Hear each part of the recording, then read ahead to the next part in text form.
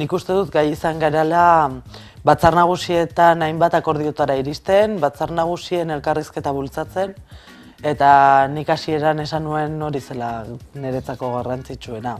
Saiatzea akordioak bultzatzen, akordiotara iristen eta taldeak hitz egiten. Eta nik uste dut orokorrean hori lortu egin dela, azkenengo 2 urte hauetan.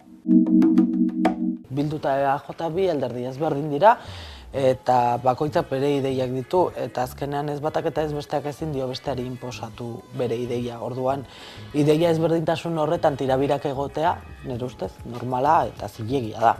Hedabideetan agertzen da gaiztotuagoa benetan dena baino.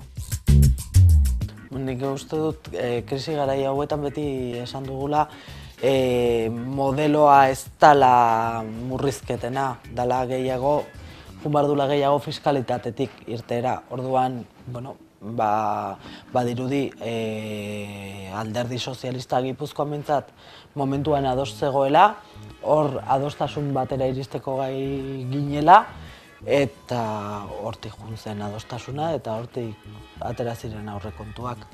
Bai dago modelo, ezkerreko modelo bat gai horretan, baina horrek ez du esan nahi ateak itxita daudenik ezertarako.